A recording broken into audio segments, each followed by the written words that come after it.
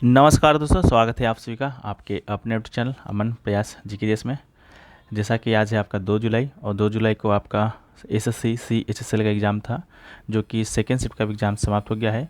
Second shift में आपके GK GS से आपको टोटल 25 प्रश्न पूछे गए थे। 25 में से 2-3 प्रश्न आपके कंप्यूटर से पूछे गए थे, तो जितने भी हो सकते थे जीके जीएस के प्रश्न 22-23 में से उनमें से अधिकतम रियल प्रश्न मिल गए हैं। तो आज के इस वीडियो में हम सभी उन प्रश्नों को देखेंगे और साथ में उनसे जो इम्पोर्टेंट एक्स्ट्रा फैक्ट्स को भी देखते चलेंगे। तो चलिए वीडियो को स्टार्ट करते हैं बिना किसी तरीके। इससे पहले अगर आप चैनल पे नए हैं, चैनल को सब्सक्राइब कर लीजिएगा और नोटिफिकेशन बेल कॉल पर क्लिक कर लीजिएगा, वीडियो को लाइक कर दीजिएगा, ठीक है। तो देखिए, आज का जो पहला जो प्रश्न पूछा गया था, आपसे पूछा गया था कि पुस्तक अम्बेडकर एंड मोदी के लेखक के बारे में नहीं पूछा गया था, पूछा गया था कि इसका विमोचन किसने किया था, ठीक है। तो ये जो पुस्तक है आपका Ambedkar and Modi reforms ideas, तो इस पुस्तक के लेखक हैं आपके इस पुस्तक के जो आपके विमोचन किए थे उनका नाम था, पूर्व राष्ट्रपति थे आपके रामनाथ कोविंद, ठीक है। तो रामनाथ कोविंद के द्वारा ये विमोचित किया गया था बुक। बाकी इस पुस्तक को सामाजिक संगठन ब्लू क्राफ्ट डिजिटल फाउंडेशन के द्वारा लिखा गया था, जो कि भाजपा का प्रमुख थिंक टैंक्स में से है एक है। और वही इस पुस्तक की प्रस्तावना प्रसिद्ध गीतकार, संगीतकार, राष्ट्र और सांसद इलियाराजा ने लिखा था, ठीक है। तो अगर आपसे पूछा जाएगा कि इस पुस्तक का प्रस्तावना किसने लिखा, तो इस पुस्तक की प्रस्तावना की बात जब की जाएगी तो इलियाराजा इसका राइट आंसर होगा, जो कि राज्यसभा के सांसद भी हैं, मशहूर संगीतकार भी हैं और गीतकार भी हैं। बाकी संकलनकर्ता लेखक की बात आएगी तो ब्लू क्राफ्ट डिजिटल फाउंडेशन के द्वारा लिखा गया था। इस बात को याद रखना है, ठीक है। वीडियो में आगे बढ़ते हैं उससे पहले आपको बता दें कि अगर आप एसएससी फेज 12 सीपीयू और वर्तमान में जो CHSL का एग्ज़ाम चल रहा है उन सभी का कंबाइंड PDF लेना चाहते हैं तो आप हमारे व्हाट्सएप नंबर पर संपर्क कर सकते हैं। व्हाट्सएप नंबर दिया गया है। मात्र 49 रुपये में एसएससी फेज 12 और सीपीयू का 500 प्रश्नों का PDF होगा। बाकी CHSL का डेली बेसिस पे जो आपको PDF दिया जाएगा वो तो दिया ही जाएगा, साथ में इंपॉर्टेंट 10 टॉपिक वाइज PDF भी आपको फ्री दिया जाएगा, ठीक है। तो आप लोग संपर्क कर लीजिएगा, व्हाट्सएप नंबर दिया गया है। हम लोग वीडियो में आगे बढ़ते हैं। नेक्स्ट क्वेश्चन पूछा गया कि 2011 के अनुसार भारत में कुल कितने ज़िले हैं। तो अकॉर्डिंग टू 2011 सेंसस आपसे डिस्ट्रिक्ट का संख्या पूछा गया था, तो इसका राइट आंसर आपका 640 हो जाएगा, ठीक है। वर्तमान में तो नहीं, लेकिन 2011 में जो आपका ज़िले का संख्या था वो आपका 640 था।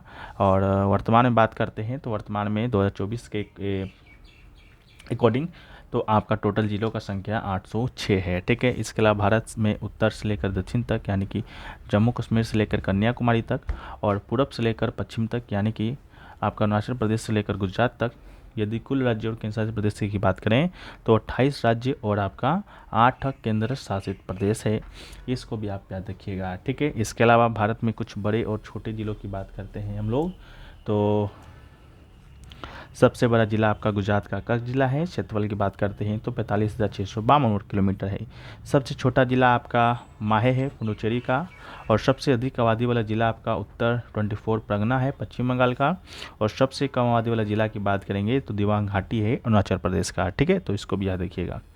नेक्स्ट क्वेश्चन पूछा गया कि dash is the harvest festival of Kerala, यानी कि केरल का फसल उत्सव कौन सा है। तो फसल उत्सव की बात करेंगे तो इसका राइट आंसर आपका होगा ओणम, ठीक है। ओणम इसका राइट आंसर हो जाएगा। दक्षिण भारत राज्य केरल में मनाया जाने वाला वार्षिक त्यौहार है। यह मलयाली लोगों के द्वारा मनाया जाने वाला एक फसल उत्सव है, ठीक है।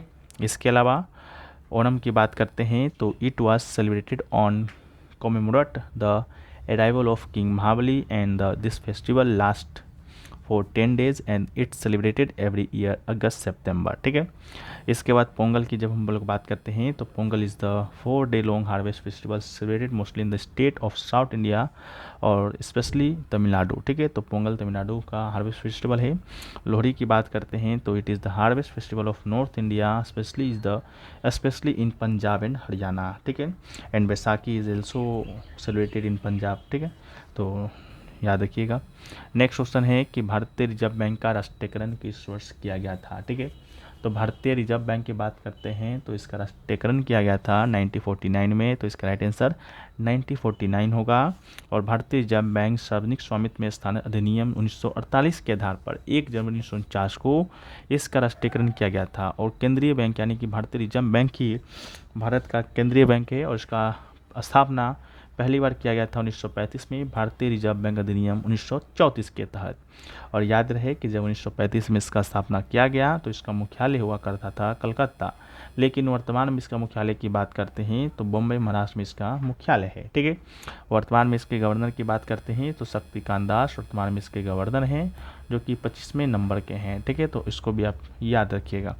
नेक्स्ट क्वेश्चन है कि 2023 में खेलो इंडिया यूथ गेम्स का 5वां संस्करण कहाँ आयोजित किया गया था। आपका क्वेश्चन का लैंग्वेज कुछ इस तरह था कि खेलो इंडिया यूथ गेम्स का 5वां संस्करण किस वर्ष मध्य प्रदेश में आयोजित किया गया था। इसका राइट आंसर आपका 2023 था। ठीक है, तो मध्य प्रदेश के द्वारा आयोजित खेलो इंडिया यूथ गेम, जिसे कि हम लोग KIYG 2022 के नाम से भी जानते हैं, 5वां संस्करण 30 जनवरी से 11 फरवरी 2023 तक आयोजित किया गया था। और समग्र चैंपियनशिप की बात करेंगे तो महाराष्ट्र आपका 1 नंबर पर था। टोटल 161 पदक अपने नाम किया था, 56 पदक स्वर्ण था, 55 रजत था और 50 कांस्य था। दूसरे नंबर पर बात करते हैं तो आपका हरियाणा था, जिसने 40 स्वर्ण पदक जीता था। और तीसरे नंबर पर मध्य प्रदेश था, जिसने 39 स्वर्ण पदक अपने नाम किया था। ठीक है, नेक्स्ट क्वेश्चन पूछा गया कि industrial policy resolution of 1948 was divided industries into, यानी कि 1948 का जो औद्योगिक नीति था उस प्रस्ताव में उद्योगों को कितने वर्गों में विभाजित किया गया था। तो राइट आंसर आपका 4 था। ठीक है, भारत की औद्योगिक नीति ने उद्योग को कितने व्यापक क्षेत्रों में वर्गीकृत किया, तो 4 क्षेत्रों में। ठीक है, वो कौन कौन सा था। एक था आपका सामरिक उद्योग, यानी कि सार्वजनिक उद्योग, सार्वजनिक क्षेत्र, इस दायरे में हथियारों गोला बारूद का निर्माण, इसके अलावा परमाणु ऊर्जा का उत्पादन, नियंत्रण और रेलवे परिवहन के स्वामित्व और प्रबंधन शामिल था। यह उद्योग भारत की केंद्र सरकार का एकाधिकार बन गया था। ठीक है, दूसरा था आपका बुनियादी मुख्य उद्योग, जो कि सार्वजनिक सह निजी क्षेत्र के नाम से जाना जाता है। इसमें कोयला, लोहा इस्पात, विमान निर्माण और जहाज निर्माण, टेलीफोन का निर्माण, टेलीग्राफ, वायरलेस उपकरण, खनिज तेल शामिल था। इस श्रेणी में नए उपक्रम केवल राज्य सरकार ही शुरू कर सकते हैं। तीसरा था महत्वपूर्ण उद्योग, जिसे कि नियंत्रण निजी क्षेत्र के नाम से जाना जाता है। इसमें मशीन टूल्स, रसायन, उर्वरक, अलोह धातु, रबर निर्माता, सीमेंट, कागज, अखबारी कागज, ऑटोमोबाइल, इलेक्ट्रिक इंजीनियरिंग आदि से बुनियादी महत्व के उद्योग शामिल थे, जिनके लिए केंद्र सरकार महसूस करेगी योजना बनाने और विनियमित करने के लिए आवश्यक हो। इसके अलावा चौथा है अनुद्योग, जिसमें आपका निजी और सरकारी क्षेत्र आते हैं। इसमें वो उद्योग शामिल थे जिन्हें निजी क्षेत्र व्यक्तिगत सरकारी क्षेत्र के लिए खुला छोड़ दिया गया था। अगला है छऊ नृत्य है, जो कि डैश राज्य में लोकप्रिय है। तो छऊ की बात करते हैं तो जो छऊ लोक नृत्य थे पश्चिम बंगाल, इसके अलावा उड़ीसा और झारखंड, तीनों राज्यों में अलग अलग नामों से मनाया जाता है। आपके ऑप्शन में झारखंड दिया गया था, जो कि राइट आंसर आपका झारखंड होगा। ठीक है, छऊ या छऊ एक अर्धशास्त्रीय भारतीय नृत्य है। अर्धशास्त्रीय इसलिए क्योंकि आपका भारत के संस्कृति मंत्रालय के द्वारा इस नृत्य को शास्त्रीय नृत्य का दर्जा प्रदान है, लेकिन जो संगीत नाटक अकेडमी होता है उसके अनुसार यह भी शास्त्रीय नृत्य नहीं, सिर्फ नृत्य है। ठीक है, तो 3 इसके उप प्रकार हैं, जैसे पुरुलिया छऊ, तो जैसा कि नाम से ही लग रहा होगा, प से पुरुलिया और प से पश्चिम बंगाल, यानी कि ये जो पुरुलिया छऊ है पश्चिम बंगाल में मनाया जाता है। मयूरभंज या मयूरभंज जो भी हो, जो कि उड़ीसा में मनाया जाता है। और सरायकेला छऊ आपका झारखंड में मनाया जाता है। तो इस बात को भी आप याद रखिएगा। ठीक है, नेक्स्ट क्वेश्चन पूछा गया कि महाबलीपुरम के रथ मंदिर का निर्माण किसके द्वारा कराया गया था। तो महाबलीपुरम के रथ मंदिर का निर्माण की बात करेंगे तो नरसिंह वर्मन प्रथम के द्वारा कराया गया था। महाबलीपुरम ने शानदार रथ गुफा मंदिर का निर्माण किसने कराया था, पल्लव राजा। ठीक है, यह आपकी नरसिंह प्रथम पल्लव राजा था।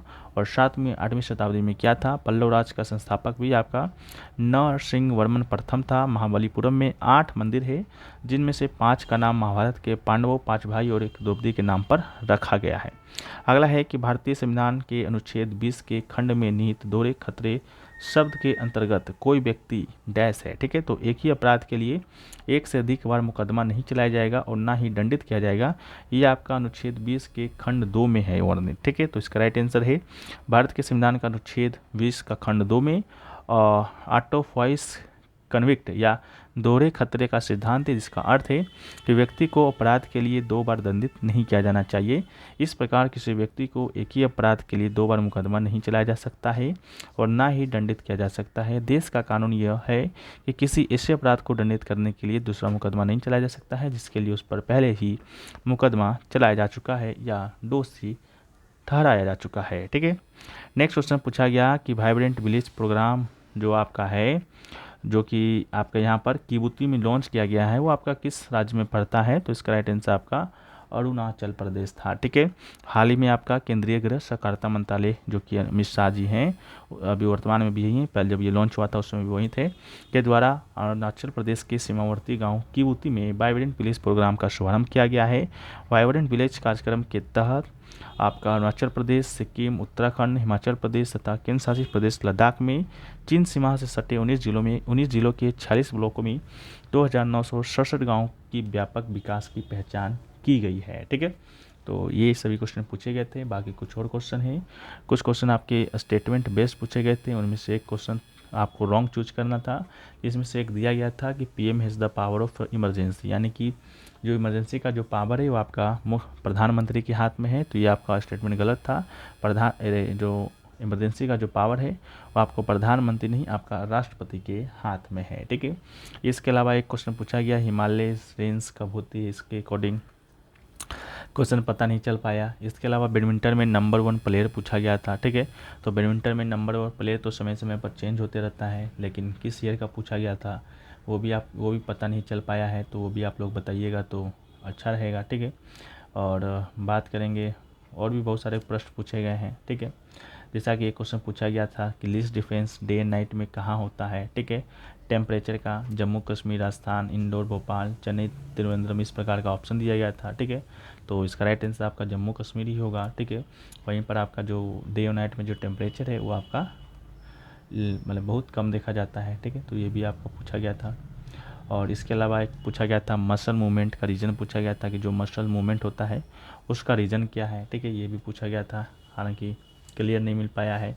एक पूछा गया था कि 2021 में किस राज्य ने लेजिस्लेटिव काउंसिल को पास किया था, तो 2021 में पश्चिम बंगाल के द्वारा ये पास किया गया था। ठीक है, तो पश्चिम बंगाल में लेजिस्लेटिव काउंसिल बनाने के लिए आपका ये एक्ट पास किया गया था, तो पश्चिम बंगाल इसका राइट आंसर होगा। ठीक है, ये भी पूछा गया था। और बात करेंगे तो बाकी और भी क्वेश्चन है, लेकिन लैंग्वेज क्लियर नहीं है, तो जैसे ही लैंग्वेज क्लियर होंगे हम उसको पीडीएफ में शामिल कर देंगे। पीडीएफ टेलीग्राम पे मिल जाएगा, लिंक डिस्क्रिप्शन में दिया गया है, तो आप लोग जाकर वहाँ से ज्वाइन हो जाइएगा। बाकी पीडीएफ की बात करेंगे, पीडीएफ टेलीग्राम पे मिलता है, लिंक डिस्क्रिप्शन में दिया गया है, तो आप लोग जाकर उसको ज्वाइन कर लीजिएगा। मिलते हैं हम लोग नेक्स्ट वीडियो में, जब तक के लिए जय हिंद।